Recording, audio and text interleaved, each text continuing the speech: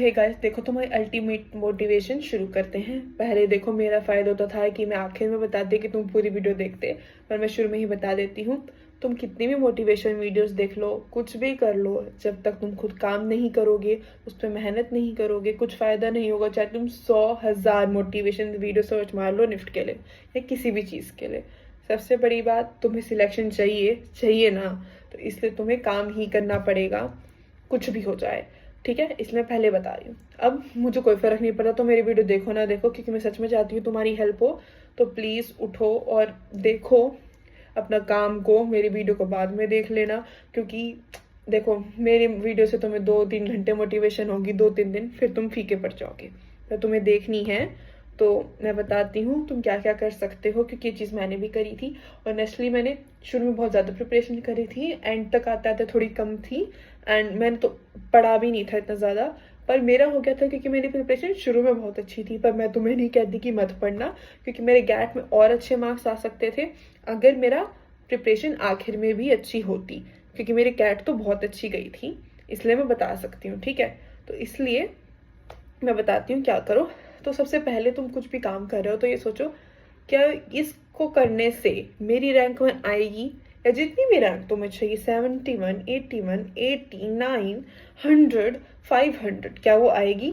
अगर तुम्हारा जवाब है कि हाँ, इस काम को करने से मेरी रैंक 1 आएगी तो करो, नहीं है तो मत करो। अब कुछ काम होते हैं जैसे नहाना खाना, वो तो जरूरी है ना, उसके अलावा कह रही हूँ जो तुम टाइम पास वगैरह करते हो, इस पेपर के बाद भी कर लोगे। मुझे पता है मेरे लिए बोलना आसान है, तुम्हारे लिए करना बहुत मुश्किल है, बट तुम्हें करना पड़ेगा क्योंकि तुम्हारा सपना है।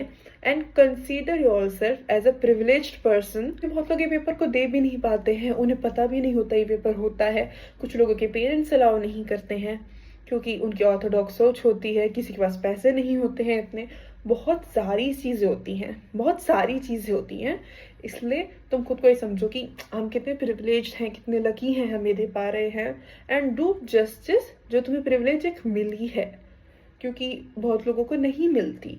ये सोच के ही काम कर लो। फिर तुम्हें ये लग रहा होगा कि कुछ सोचते हैं कि हम कैसे काम करें, तो अच्छा है प्लान बनाओ, उस पर वर्क करो। पर तुम ओवर थिंकिंग के जोन में मत जाओ कि मेरा होगा नहीं होगा, होगा नहीं होगा, क्योंकि बहुत लोग इसी में ही सारा टाइम वेस्ट कर देते हैं। मैं सीरियस बता रही हूँ, कुछ नहीं होगा टाइम वेस्ट करने से। ओवर थिंकिंग में मत जाना। ओवर थिंकिंग से मार्क्स नहीं आएंगे, मार्क्स एक चीज से आएंगे, वो है काम करने से। और काम भी ऐसे नहीं अंधेरे में कुछ भी तीर चला रहे हो। तुम्हें काम अच्छे से करना पड़ेगा, राइट डायरेक्शन में करना पड़ेगा, इसलिए ही होगा तुम्हारा सिलेक्शन। इंपॉर्टेंट टॉपिक्स करना मैंने डाल रखे हैं 1 महीने के, वो देख लेना, वरना किसी और की भी देख लेना, क्योंकि तुम्हारा सिलेक्शन इंपॉर्टेंट है, ये इंपॉर्टेंट नहीं है कि कहाँ से हो रहा है। सो प्लीज़ अच्छे से।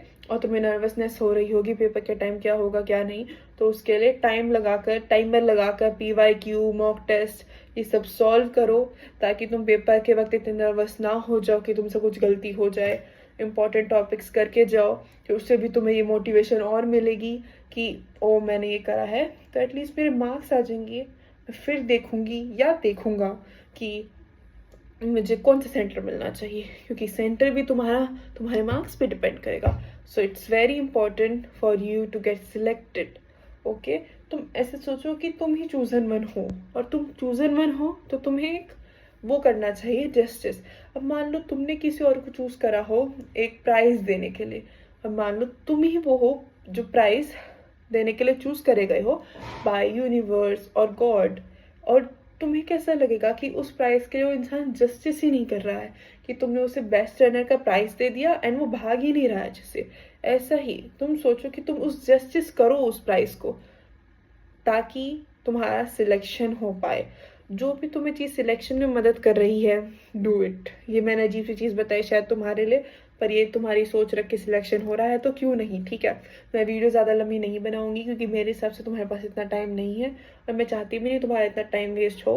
तो प्लीज़ मैं वीडियो बंद कर रही हूँ। वीडियो बंद होते ही जो भी तुमने लिखा है वो करना। एक और चीज़ बता दूँ, टू डू लिस्ट बनाओ रोज। एक टाइम पे उठो, एक टाइम पे सो, या फिर नहीं हो रहा है तो जितना टू डू लिस्ट लिखा है वो काम करो। टू डू लिस्ट बनानी बहुत ज़रूरी है कि तुम्हें पता लगे कि तुम्हारा क्या रह गया है, क्या हुआ है, क्या करना है, वगैरह वगैरह। सोने से पहले टू डू लिस्ट बना के सो, उससे तुम्हें मोटिवेशन आएगी और पता रहेगा अगले दिन क्या काम करना है, मुझे कितना टाइम निकालना है उसके लिए। एंड में ये चीज़ बोलूँगी, मोटिवेशन कितनी वीडियोस देख लो, काम नहीं आएगी जब तक तुम खुद काम नहीं करोगे।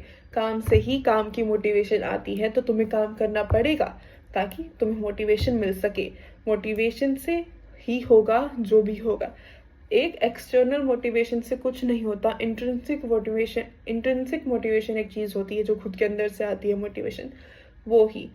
और मोटिवेशन तुम्हें नहीं आ रही तो एक गोल बना लो कि इसके लिए मुझे करना है। जैसे मैंने तुम्हें बताया, you are the chosen one, privilege वाला, या फिर तुम्हें दुनिया का अच्छा करना है, या खुद के लिए करना है, घर से बाहर निकलने के लिए करना है। बहुत सारी चीज़ें होती हैं। जो भी गोल बनाओ, उसके पीछे लग जाओ, बस स्टार्ट कर दो, हो जाएगा। अगर तुम करोगे, नहीं करोगे, कुछ नहीं होगा, कोई मैजिक नहीं होने वाला है।